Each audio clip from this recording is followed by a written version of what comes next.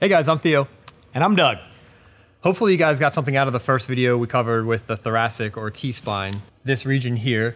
In this video, we're gonna go over some of the movements you can do on your own to self-correct some of the restrictions we face on a day-to-day basis. So one of the things we'll look at with running especially is a lunge position, like a split stance position. And again, locking out that glute. So if he puts his left foot back and locks his glute, he'll protect his lower back. So I know if we add any kind of movement or rotation, we should be getting into the upper back. When we run, a lot of us think of sort of this like throwing our arm forward to kind of wait for the leg to catch up. And it's actually the reverse. When you're running, you want to think of pulling back, and that's what spring loads the other arm to just naturally kind of slingshot forward. So if he drives his left elbow toward me, but as he pulls and squeezes, almost like a one-arm row. So if he really engages and gets upper body rotation, that is what we're trying to go for, okay? And he's good. He's not using his upper trap. He's using these muscles here. So he could split that lunge a little bit more, lock that glute, and then just really work on a hard squeeze where he's just really trying to squeeze this left side back. And as he's doing this, he should feel like he's getting almost like a cramp sometimes if you do this, because now you're engaging those muscles in the back instead of just this reckless kind of flinging the arm forward where as soon as the arm crosses your midline, you missed it. So the running portion of our manual goes over technique and like why it's important to have kind of like a higher cadence. Stride length, we talk a lot about like why it's important not to stride too far out. And it's because of that, it's efficiency. Like when your body's ready to go, you don't want to delay that or put it in a position where you're just wasting energy. And that's what happens when your arm comes across, your body's basically like, okay, we're ready, let's go. So work on that drill, kind of pull the arm back, focus on driving back instead of reaching forward. So if you own a foam roll and you work out with somebody, I'm going to show you guys a technique that you can sort of implement on your own. It's a safe technique. It's something that you can use to either recover or prep if you're about to go train, whether it's strength training or if it just requires you to wear gear and kit. Two positions. So if you had a foam roller, a large foam roller that's pretty thick and durable, and you're with a buddy, the technique I'll show you is indicated for that scenario. If you just have the peanut, the double lacrosse ball, and you're by yourself, use that instead. The double lacrosse ball doesn't have as much surface area, so it's a little less tolerable. So just your own body weight doing this technique is plenty. With the foam roll and the overpressure I'll show you, it's got more surface area, obviously, so it's gonna feel a little bit easier for the athlete.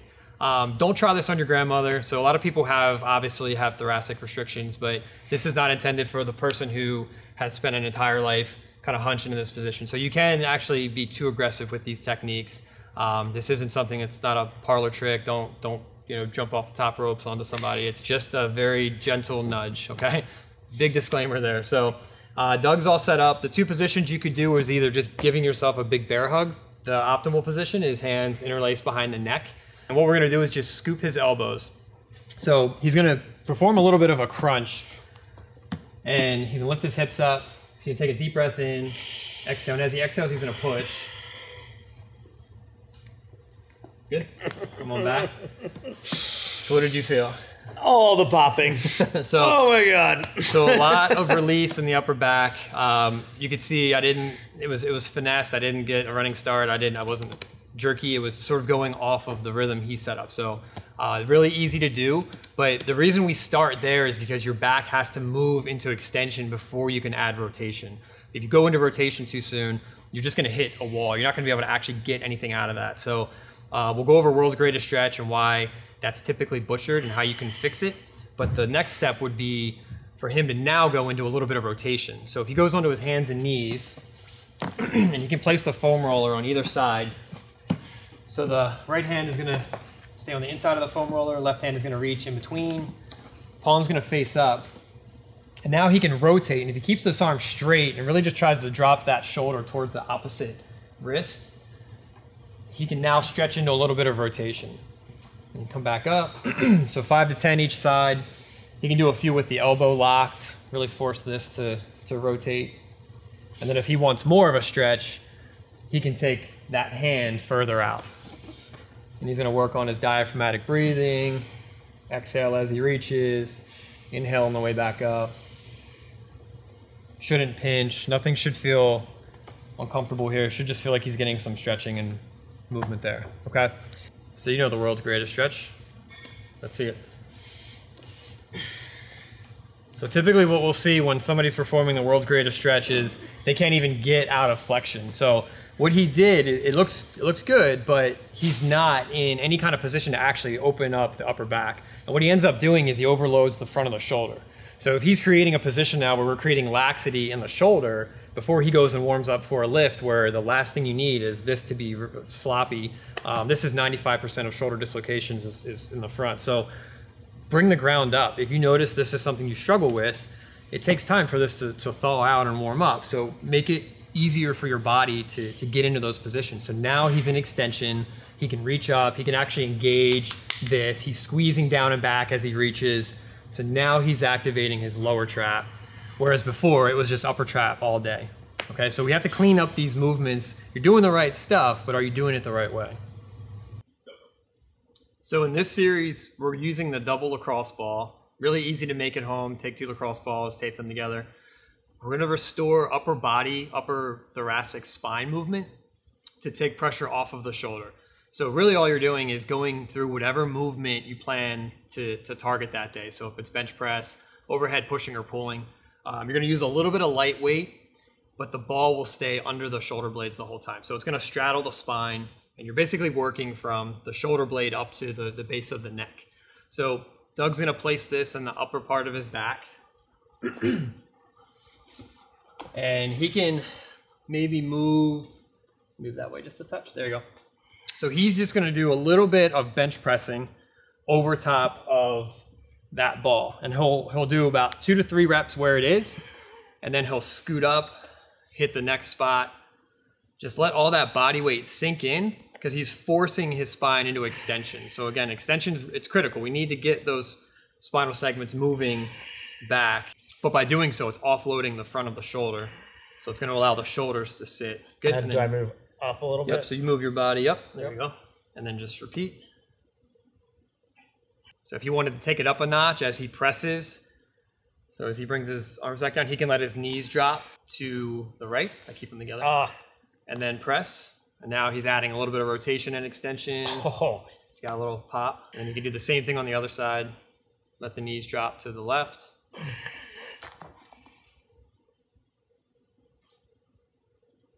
Good, just do one more. Good. And you can just drop that. So if he was about to bench, that's a great drill to just prep the whole area. Because some of us, you drive to work, you drive to the gym, you've been sitting at a desk all day, you've been in gear all day. So we're already starting at a deficit. We need to open that up. So this is a really easy way to just efficiently and effectively just get that area unloaded, and then go do your warm up. Maybe go do your band pulls, whatever it is. If he had a large dumbbell, he could do the same technique, but just mimic whatever the other movement is. So I'll be the large dumbbell. I call this human blanket, and he can give himself a big bear hug. So we're gonna just work on getting a little bit more movement. So I'm gonna drive his shoulder to the left as he lets his knees drop to the right. So he's gonna pull down and back. Good, he loves it. Bring it back.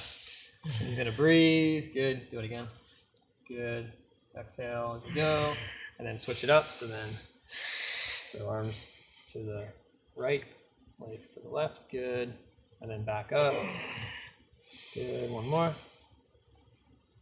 Good, and then if he keeps his knees there, arms come out to the side. So he's just gonna mimic a few shoulder presses and a few lat pulls. And I'm just gonna give him a little bit of pressure on top of the ball. You doing all right? Yeah, this actually feels good. Whisper.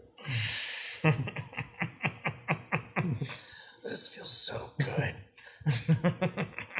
So it's not very pleasant. It's not entirely comfortable, but when he's done, he should feel pretty good.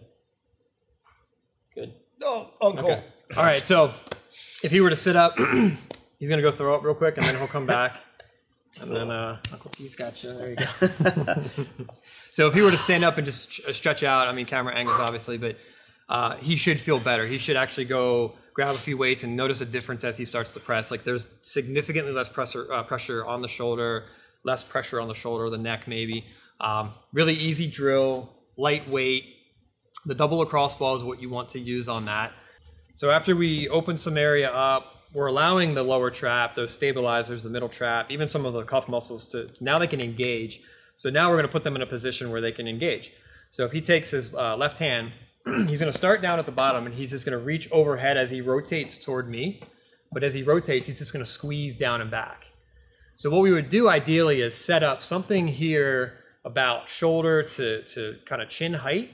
And then as he comes back down, he would only bring his hand to that point. Because if I go any lower, we're just going to be targeting delt. When he starts in this position and works his way up, I know I'm targeting lower trap. So he can work on just pulling down, engaging this. He can hold some dumbbells. A little bit of lightweight goes a long way with these. And then he would do that again. But by adding rotation, he's in extension. Now I know he's going to be firing these lower trap muscles. Feel okay? So it's a drill. It's something you want to move through with good form. Obviously, be aware of what's happening. You shouldn't feel like you're tightening or shrugging. The elbow shouldn't be bending. If you're extremely stiff in the upper back, this does take time. So you might not be able to get fully overhead. So just don't push anything where if it starts to feel sketchy. But a really easy drill, something that works really well. It's consistency though. You don't need to send this stuff as hard as you can once a week. Make sure you work some of these drills in just a few times, a few minutes, every time you're training. So the foam roll posture series and the breathing series in our manual builds off of everything we showed you here. So it's a really good idea to get that into your routine at least once a day if you know you're going to be training in kit, if your job requires you to sit for long periods of time. So this is definitely something that's a little more aggressive, but if you can tolerate this, immediately go onto the foam roll and then allow everything to stretch out and take the pressure off those joints that are overworked each day.